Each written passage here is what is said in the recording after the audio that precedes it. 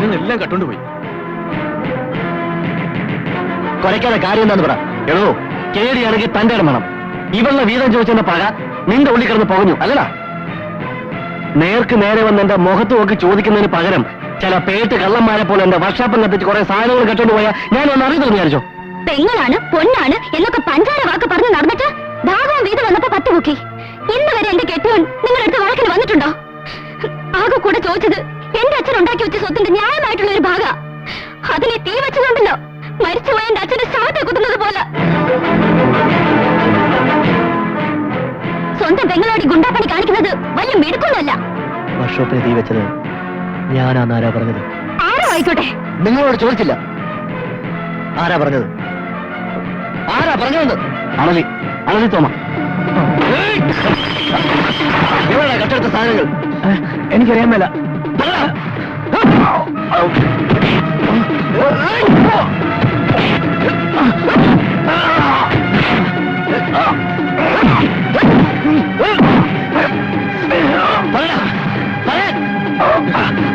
അത് ഞാൻ മാത്രമല്ല, രാഘവനും വേലായിട്ടുള്ള പറഞ്ഞിട്ട് കൊമ്പൻ കൃഷ്ണ അതിന്റെ. ഇവന്മാര് പറയും ആരാ കട്ടതെന്ന്, ആരാ തീ വെച്ചതെന്ന്. ഉടപ്പിറന്നുള്ള കെട്ടിയവനെ ചതിക്കുന്ന മനസ്സ് പറഞ്ഞില്ല. സ്നേഹിച്ചിട്ടേ ഉള്ളൂ എല്ലാരെയും. അത് മനസ്സിലാക്കാൻ നിങ്ങൾക്ക് കഴിയാതെ പോയി. അതെന്റെ കുറ്റമല്ല. ഓർമ്മ വെച്ച നാൾ മുതൽ അനുഭവിച്ചറിയുന്നത് കൊണ്ട് ആരെന്ത് വിചാരിച്ചാലും ഭരതൻ ഒരു ചുക്കുമില്ല. അമ്മ മരിച്ചപ്പോ എല്ലാം കഴിഞ്ഞു. അച്ഛൻ കൂടി മരിച്ചപ്പോ കലാശം കഴിച്ച പോലെയായി. പിന്നെ ഇരുട്ട, സർവത്ര ഇരുട്ട്. അതിലെവിടെ തപ്പിത്തടഞ്ഞു വീണാലും ഭരതനെല്ലാം ഒരുപോലെ.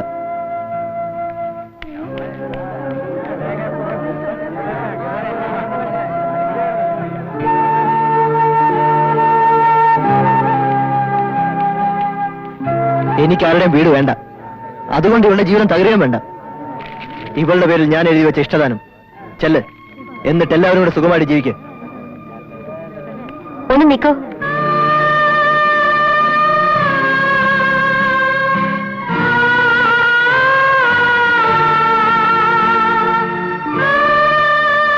അച്ഛൻ ഇതിവിടെ ഏൽപ്പിക്കാൻ പറഞ്ഞു.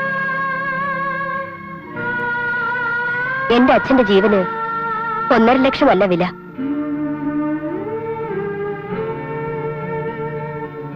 അച്ഛൻ എന്നോട് പറഞ്ഞു പറ്റുമെങ്കിൽ അച്ഛനെ വന്നെന്ന് കാണാൻ.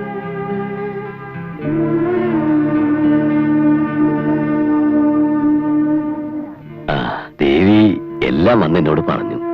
ഇങ്ങോട്ട് വന്ന് എന്നെ കാണാൻ പറഞ്ഞത് ബുദ്ധിമുട്ടായി അല്ലേ? സന്തോഷമായി. ഒന്നുമില്ലേ, മാഷ് വിളിച്ചല്ലോ. ഇതൊക്കെ തനിക്ക് നിർത്തിക്കൂടെ ഭരത? ഈ പണി കൊണ്ട് കാശ് കിട്ടും. കാര്യം ശരിയാ. പക്ഷെ കുറച്ചുകൂടി പ്രായം എത്തുമ്പോ തിരിഞ്ഞു നോക്കേണ്ടി വരും. ജീവിതം കൊണ്ട് എന്ത് നേടിയെന്ന് സ്വയം ചോദിക്കും. അത് വളരെ മുമ്പേ തോന്നി തുടങ്ങി മാഷേ. പിന്നെ അങ്ങനെ പോകുന്നു. ഗുണ്ടയോ ദാതയോ ആകാൻ വേണ്ടി കച്ചകെട്ടി ഇറങ്ങിയവനല്ല ഞാൻ. അച്ഛൻ ദാതയായിരുന്നത് കൊണ്ട് അങ്ങനെ ആയതുമല്ല. പിന്നെ എങ്ങനെയെന്ന് ചോദിച്ചാൽ എനിക്കറിയില്ല. ചിലപ്പോ തോന്നും അച്ഛൻ മരിച്ചതറിഞ്ഞ് തിരിച്ചു വരേണ്ടിയില്ലായിരുന്നു എന്ന്. അതുകൊണ്ടാണല്ലോ കോളനി എന്നെ ഒരു ദാതയാക്കി മാറ്റിയത്. ബോംബെക്ക് ഒളിച്ചോടിപ്പോയത് ഇളയമ്മയുടെ കുത്തുവാക്കും ഏഷണിയും മടുത്തിട്ടാ. ഒരു ജോലി ചെയ്ത് കുറച്ച് പണവുമായി വന്നിട്ട് ഇവിടെ എന്തെങ്കിലും സ്വസ്ഥമായിട്ട് തുടങ്ങാനായിരുന്നു പരിപാടി. അച്ഛൻ മരിച്ചപ്പോ തകർന്നുപോയി. ഈ ലോകത്തിനി ആരുമില്ല എന്ന് മനസ്സ് പറയുമ്പോൾ ഉണ്ടാവുന്ന ഒരുതരം ഭ്രാന്താവേശമില്ലേ? അങ്ങനെ അച്ഛനെ കൊന്നവരെ തല്ലി ദാതയായി. ഇതിലെവിടെയാ മാഷേ ഞാൻ ചെയ്ത തെറ്റ്? എവിടെയോ ഒരു തെറ്റുണ്ട്, ആർക്കും പറ്റിപ്പോകാവുന്നത്. അത് തിരുത്താൻ ഞാൻ കൂടെ ഭരതനെ സഹായിച്ചാലോ? സത്യം പറയാമല്ലോ മാഷേ, മാഷിനെ കണ്ടപ്പോ മുതൽ എനിക്കാരെയോ തിരിച്ചു കിട്ടിയെന്നുള്ള തോന്നൽ. അതാരാന്ന് ചോദിച്ചാൽ ഞാൻ കൊച്ചിലെ കണ്ട എന്റെ അച്ഛനാ. ദേവി, ചോറ് വിളമ്പിക്കോളൂ. ഭരതന് പോകാൻ തിടുക്കം കാണും.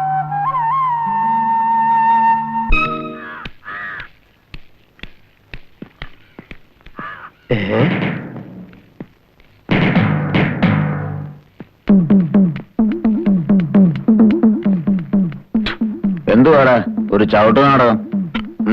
ചവിട്ട് നാടകം? എന്ത് നാടകം? എന്റെ കാലിന്റെ ഇടയ്ക്ക് ഒരു ചൊറിച്ചില്, അതുകൊണ്ട് മണ്ണിലിട്ട് ഇങ്ങനെ അടിച്ചതാ. അല്ലെങ്കിൽ നിനക്ക് ഇത്തിരി ചൊറിച്ചില് കൂടുതലാ. അത് ഞങ്ങൾ മാറ്റി തരാം. അല്ലടാ കൃഷ്ണ? എന്റെ വേക്കിട്ട് നിങ്ങൾ നിങ്ങളെ പാട്ടിന് പോ. അങ്ങനെ പോകുന്നില്ല. നിന്നെ ഒറ്റയ്ക്കെന്ന് കിട്ടാൻ കാത്തിരിക്കുകയായിരുന്നു. എന്തിനാന്നോ ഈ ഷേപ്പ് ഒന്ന് മാറ്റിയെടുക്കാം? അല്ലെങ്കിൽ ഇപ്പൊ നല്ല ഷേപ്പാ. ഷേപ്പിനെന്താ കുഴപ്പം? ദേ ഞാൻ ആള് പ്രസക ഈ കാണുമ്പോലല്ല, വെറുതെ പ്രശ്നം ഉണ്ടാക്കരുത്. പ്രശ്നം ഉണ്ടാക്കാൻ തന്നെയാണോ വന്നത്? നീ ഒന്ന് വെറുതെ പൊല്ലാപ്പുണ്ടാക്കണ്ട. പോയിക്കോളി. എന്ത് പൊല്ലാപ്പാടാ പുല്ലേ? നിന്നെ എന്നെ ഞങ്ങൾ മയ്യത്താക്കും. അപ്പൊ നിങ്ങൾക്ക് പറഞ്ഞാൽ മനസ്സിലാവില്ലല്ലേ? എന്നാ പിടിച്ചോ.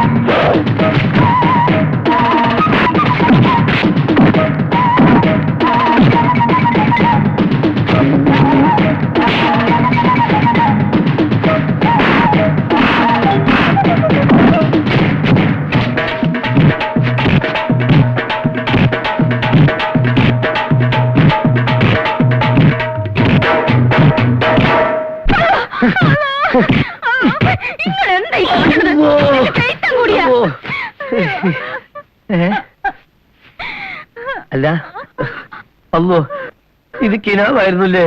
എന്റെ നടു ഒടിഞ്ഞ് ഞാൻ ആണലും രാഘവനും കൃഷ്ണനാണെന്ന് വിചാരിച്ച ഇങ്ങനൊരു വിചാരം അവിടെ വിചാരിച്ചോളി.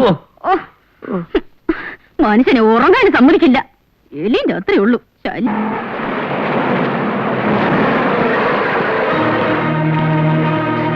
ഭരതേട്ടനെ ഇവിടെ വെച്ചെങ്കിലും കണ്ടത് ഭാഗ്യായി. എന്താ പ്രശ്നം? നമോ നമോ ഗണേശായ, നമസ്തേ ശിവസോനവേ, നിർവിഘ്നം ഗുരുദേവശ, നമാവിപാം ഗണാധിപ, വക്രതുണ്ട മഹാകായ, കോടിസൂര്യ സമപ്രഭ, അവിഘ്നം ഗുരുദേവദേവ, സർവകാര്യേഷു സർവദാൽ, രോചനാ രോചമാ, കല്യാണ നമസ്തേ ശിവസോനവേ. ആലോചനയും നിശ്ചയമൊക്കെ കഴിഞ്ഞോ? എണീക്കണം. പാവം പെണ്ണുങ്ങളെ ചതിക്കണം എന്റെ ജോലി അല്ല. ചതിക്കോ? വെറുതെ അനാവശ്യം പറയരുത്. അനാവശ്യോ? ഒരു പാവം പെണ്ണെ വലയിൽ വീഴ്ത്തി നീ അവിടെ നശിപ്പിച്ചതാ. ഇവിടെ ഇരിക്കുന്ന ആരാണെങ്കിലും കൊള്ളാം, വേറൊരു പെങ്കച്ചിനെ പഴപ്പിച്ചിട്ടാ ഈ റാസ്കൽ ഇവിടുത്തെ പെണ്ണെ കെട്ടാൻ വന്നിരിക്കുന്നത്. ഇവനെ ഞാൻ കൊണ്ടുപോവാ കെട്ടിക്കാൻ. കൊട്ടും കുരയും ഒന്നുമില്ലാതെ ഇവനെ കൊണ്ട് ഞാൻ ആ പെണ്ണിനെ കെട്ടിക്കും. ഉനക്ക് தெரியாது ഭരത, തങ്കം പോലാ ഞാൻ അവളെ നോക്കി വളർത്തിയത്. അപ്പ എന്ന് അവളെ വിളിക്കുമ്പോ അപ്പ മാത്രമല്ലായിരുന്നു ഞാൻ, എരന്തു പോണ അവളുടെ അമ്മ കൂടെ ആയിരുന്നു ഞാൻ. ഒന്നുമില്ലേലും വിഷമം പിടിച്ച നേരത്താണെങ്കിലും അവൾ എന്നോടെങ്കിലും വന്ന് പറഞ്ഞല്ലോ. ജാതിയിലൊന്നും വ്യത്യാസമില്ലല്ലോ ആ പയ്യന്. പിന്നെ സ്വാമിയുടെ പണവും പ്രതാപവും അനുസരിച്ച് കല്യാണം നടത്താൻ പറ്റിയില്ല, അത്രയല്ലേ ഉള്ളൂ. രജിസ്റ്റർ കച്ചേരി ഇറങ്ങിയപ്പോ തൊട്ട് ആ കൊച്ചൊരേ കരച്ചില്ല. അപ്പായുടെ മുഖത്ത് എങ്ങനെ നോക്കും, അപ്പായുടെ എന്ത് മറുപടി പറയുന്നുണ്ട്. സ്വാമിക്ക് എന്നെ വിശ്വാസമില്ലേ? വരുന്നേ.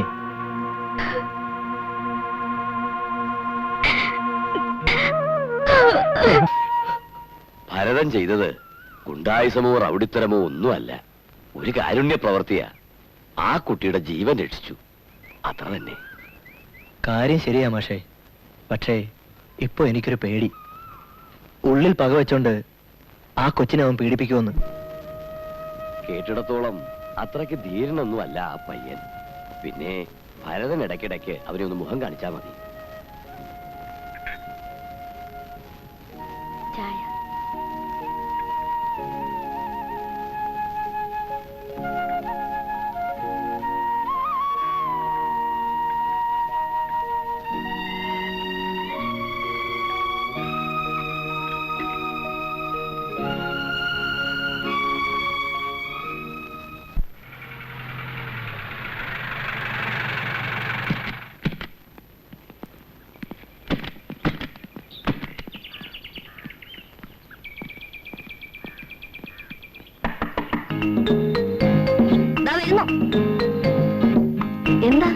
ആരെ കാണാനാ?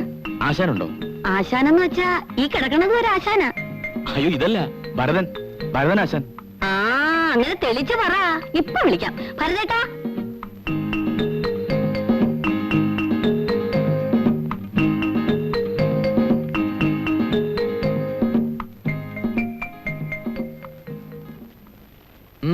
എന്താ?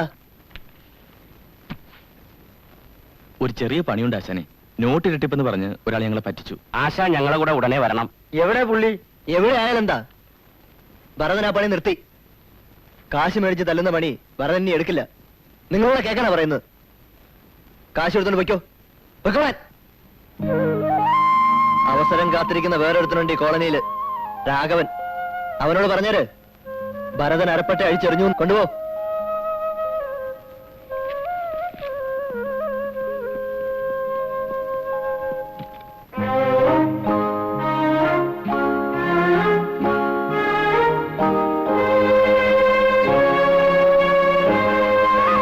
എന്താ വിജയ? എനിക്കാ തെറ്റിയത്. ഞാൻ നിങ്ങളെ മുൻവിധിയോടെ കണ്ടു, തെറ്റിദ്ധരിച്ചു.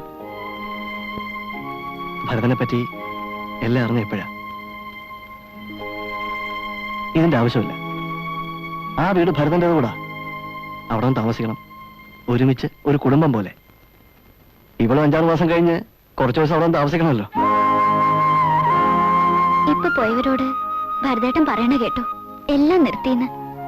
ഭരതേട്ടൻ എവിടൊക്കെയോ പോയി തിരിച്ചു വന്ന പോലെ. പിന്നെ ഞാൻ എന്തൊക്കെയോ അരുതാത്തത് പറഞ്ഞു. എന്നോട് ക്ഷമിക്കണം.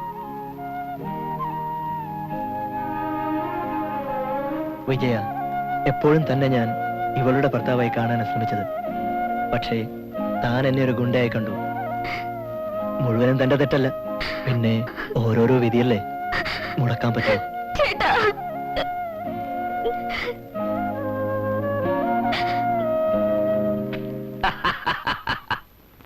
അങ്ങനെ ഭരതൻ പിന്മാറി. ഇതുവരെ നിനക്കൊന്നും ഈ വേലായുധനെയും രാഘവനെയും ഒന്നും വേണ്ടായിരുന്നു അല്ലേ? അപ്പോ ഇതുപോലെ ഇനി 2 എട്ടൂടെ കൊണ്ടുവന്നിട്ട് നമുക്ക് ജോലിക്കാരും തീരുമാനിക്കാം. എന്താ? അച്ഛൻ പറഞ്ഞത് കേൾക്കുന്നുണ്ടല്ലോ. ആയെങ്കിൽ പോയി കൊണ്ടുവരാം. അങ്ങനെ ഭരതൻ എന്നൊരു മാരണം ഒഴിയുന്നു. വേലായിട്ടാ, ഭരതൻ ഒഴിയുന്നതേ വെട്ടുകാരന്റെ വീട്ടിലേക്കാ. ചാത്തൻ കോളനി തന്നെ ആ വീട്, അത് മറക്കണ്ട. അച്ഛൻ വേറൊരു കാര്യം കൂടി ഓർക്കണം. വേലായുധന്റെ മകൻ രാഘവൻ ഈ കോളനിയിൽ ദാതയാകാൻ പോണെങ്കിൽ അത് ഭരതൻ ഇട്ടെറിഞ്ഞിട്ട് പോയ കത്തിയും എടുത്തോണ്ടായിരിക്കില്ല, അവനെ കുത്തി മലത്തിയിട്ടായിരിക്കും. നീ എത്ര നാളാടാ രാഘവായി മസിലും പിടിച്ചത് പറയാൻ തുടങ്ങിട്ട്? ആണെ കുത്തിമലത്തി കാണിക്കടാ. എനിക്കെന്തോ ഒരു വിശ്വാസം തോന്നുന്നു. അതുകൊണ്ട് ഭരതനോട് തുറന്നു പറയുക. അഹിംസയും ഗാന്ധിജി എന്നൊക്കെ പറഞ്ഞ് ജീവിക്കുന്ന ഒരു പാവപ്പെട്ട സ്കൂൾ മാഷാ ഞാൻ. ഒന്നും അങ്ങനെ സമ്പാദിക്കാൻ കഴിഞ്ഞിട്ടില്ല. 2 പെൺകുട്ടികളെ എങ്ങനെ വളർത്തി എന്ന് ചോദിച്ചാ എല്ലാം എങ്ങനെയോ നടന്നു, അത്ര തന്നെ. ലക്ഷ്മിയെ കെട്ടിച്ചു വിട്ടതും ഉണ്ണിക്കുട്ടന്റെ പ്രസവവും എല്ലാം കൂടെ വലിയൊരു തുകയായി.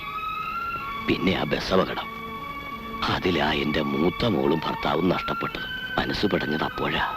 പിന്നെ ഉണ്ണിയെ നോക്കാനുള്ള ചുമതല ദേവിയുടേതായി. ഞാൻ ഇതൊക്കെ പറഞ്ഞു മുഷിപ്പിക്കുന്നത് മനസ്സിലൊരു ഉദ്ദേശം വെച്ചുകൊണ്ടാ. ദേവിയെ കാണാൻ ഇന്നലെ 2-3 പേര് വന്നിരുന്നേ. ചെറുക്കൻ ദുബായിലാ. അവര് പോയി കഴിഞ്ഞപ്പോ അവൾ എന്നോടൊരു പേര് പറഞ്ഞു, ഭരതൻ. ഭരതനെ വളരെ വ്യത്യസ്തമായ ഒരു സാഹചര്യത്തിലാണ് പരിചയപ്പെടേണ്ടി വന്നതെങ്കിലും ദേവിക്ക് അങ്ങനെ തോന്നണമെങ്കിൽ അവൾ എന്തോ തന്നിൽ കണ്ടിട്ടുണ്ടാവണം. സ്ത്രീകളുടെ മനസ്സല്ലേ. എനിക്ക് വിശ്വസിക്കാൻ പറ്റുന്നില്ല മാഷേ. മാഷ് നിന്നെ വിളിക്കണ്ട, അല്ലേ ദേവി? ഇത് നിനക്ക് ജോലിക്ക് വേണ്ടിയുള്ള ഒരു റെക്കമെൻഡേഷൻ ലെറ്റർ. ഡ്രൈവിംഗ് അറിയാമെന്നല്ലേ പറഞ്ഞിരുന്നത്? അതെ. RDO എന്റെ പൂർവ്വ വിദ്യാർത്ഥിയും സുഹൃത്തുമാണ്. ഒരു ഡ്രൈവർ ജോലി ശരിപ്പെടുത്തി വച്ചിട്ടുണ്ട്. സൗകര്യം പോലെ പോയി അദ്ദേഹത്തെ കാണണം. പിന്നെ ഞാനും ദേവി ഉണ്ണിക്കുട്ടനും കൂടെ തന്റെ വീട്ടിലേക്ക് വരുന്നുണ്ട്. അതെപ്പോഴാണെന്ന് പറയുന്നില്ല, കഴിയുന്നതും വേഗം. കേട്ടല്ലോ, പയ്യൻ നല്ലൊരു ജോലിയും വാങ്ങി സുന്ദരി പെണ്ണിനെയും കെട്ടി വെട്ടുകാരന്റെ വീട്ടിൽ പൊറുതി തുടങ്ങാൻ പോവുക. ബോംബെയിൽ നിന്ന് ശിവയിൽ നിന്ന് ആളെ കൊണ്ട് ഒതുക്കാൻ നോക്കിയവര് ഇനി സ്വന്തമായിട്ട് അങ്ങ് ഒതുങ്ങിയാൽ മതി. അല്ല, കോളനിക്കാർ മുഴുവൻ അവനെ പൊക്കിക്കൊണ്ട് നടക്കുന്ന സ്ഥിതിക്ക് ഇനി വഴക്കും കുത്തും വെട്ടും എല്ലാം ഒതുക്കി അവനുമായി സന്ധി ചേരുന്ന നല്ലത്. അതിപ്പോ വലിയ ബുദ്ധിയൊന്നുമല്ല, വേറെ ഗത്യന്തരമല്ല, അത് തന്നെ. ഞാൻ ഈ നാട്ടിൽ നിന്ന് പോകാൻ പോവാ. ഇനി ഇവിടെ ദാതയാകാന്നുള്ള ദിവാസ്വപ്നം കാണാൻ ഞാനില്ല.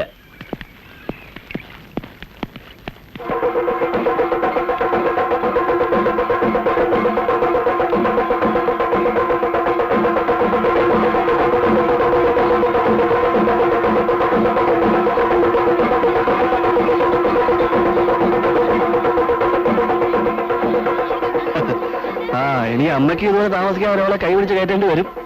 ആരാണെന്ന് പറയണ്ടല്ലോ. നിൽക്കാതെ ഇനിയെങ്കിലും ഒന്ന് ചിരിക്ക്. പിള്ളേർക്ക് നേരെ നെറി അറിയാൻ പ്രായമായി. നിന്റെ കുരുട്ടും കുന്നായ്മ ഒന്നും ഇവിടെ ചെലവാവത്തില്ല. ചിരിക്ക്. ആ ചിരിക്കാൻ.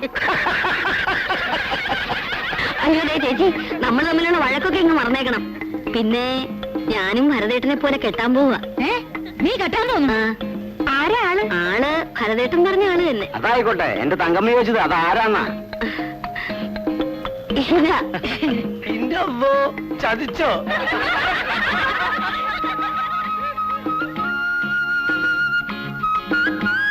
അല്ല, ആശാൻ ഡ്രൈവർ പണിക്ക് പോകുമ്പോ നമ്മൾ എന്ത് ചെയ്യും? നമ്മളും കൂടെ വരും, അല്ലേടാ പപ്പ? അതിപ്പോ ആലോചിക്കേണ്ട ഒരു പ്രശ്ന. ആലോചിക്കാനോ? ഞാനും കൂടി ഇല്ലാതെ താൻ ഒറ്റയ്ക്ക്? ആനന്ദം കൂടി ഉള്ളപ്പോ. ഓഹോ, അത് ശരി. ഇപ്പൊ എന്റെ സ്ഥാനത്ത് അവളാണല്ലേ? ഏതായാലും ഇങ്ങനെ ഒരു ദിവസം സത്യത്തെ ഞാൻ പ്രതീക്ഷിച്ചില്ല. നന്നായി. മോൻ ഇഷ്ടപ്പെട്ട പത്തിരിയും കോഴിക്കറിയും ശരിയാക്കുന്നുണ്ട്. അപ്പൊ കുശാലായി. ഭരതാ,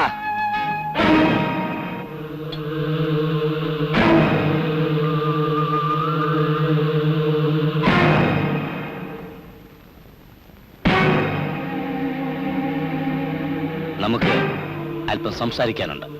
വാ, പുറത്തേക്ക്.